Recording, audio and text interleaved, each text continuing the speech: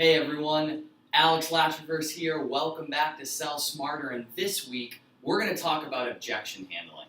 Now, the objections that you get and the responses to those objections will differ depending on what type of sale you're in, what product you sell, but regardless of the sales environment I've been in, I've noticed that there are a few concepts that hold true. First of which being maintaining an offensive position. And this is a good idea and a good concept to bear in mind, regardless of if you're handling an objection or just in your overall sales process, and certainly in a negotiation. So maintain an offensive position. What do I mean by that? If you're not familiar with Jordan Belfort's straight line sales methodology, you should check it out. But essentially in sales, your job is to go from start to close in as straight a line as possible, as quickly and as efficiently as possible.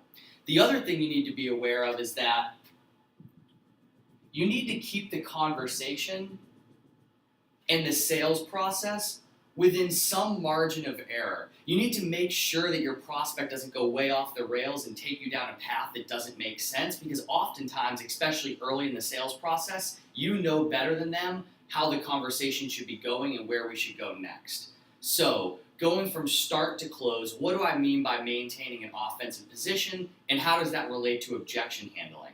Well, oftentimes, you'll be having calls with a prospect, it'll be going great, and then all of a sudden they'll be taking you down this track that you know is headed in the wrong direction. Reps have a tendency to keep answering questions that they know do not pertain to the main objective, which is closing the deal and really helping the customer to understand, does our technology meet your goals? Will it help you overcome challenges and provide value to your organization? So at Terminus, a lot of times we get questions around traditional ad metrics and lead gen, right? What about cost per click? What is that? What about your conversion rates? What does that look like? And instead of continuing to answer questions when you know that the line of questioning is headed down a path that is not getting you towards the end goal, you need to stop that conversation, regain control, and change the direction and get things back on track. And that's what I mean by taking an offensive position. So instead of answering those questions, acknowledge that, hey, Mr. Prospect, I understand why you're asking these questions, but let me explain to you why those really don't matter with Terminus's technology. We do things a little bit differently.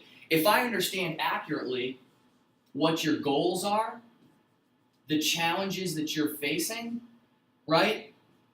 Let me show you the value that Terminus is going to provide to you. And although I understand why you're asking these questions and you're headed down this path, we can help you accomplish these goals and overcome these challenges in a way you may not have thought of.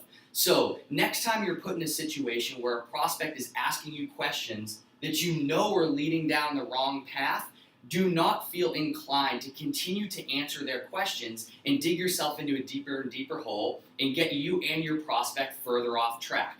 Instead, stop the line of questioning, take control of the conversation by repositioning things back to what their goals and challenges are, and explain how, although you understand why they're asking these questions, you do things and you solve these problems in a slightly different way and get that conversation back on track. If you can do this, kind of move away from the tendency to just answer the questions that the prospect is giving you, maintain control of the conversation and get it back on track towards the objective, I guarantee you'll have more success. Hope this was helpful. See you next time on Sell Smarter.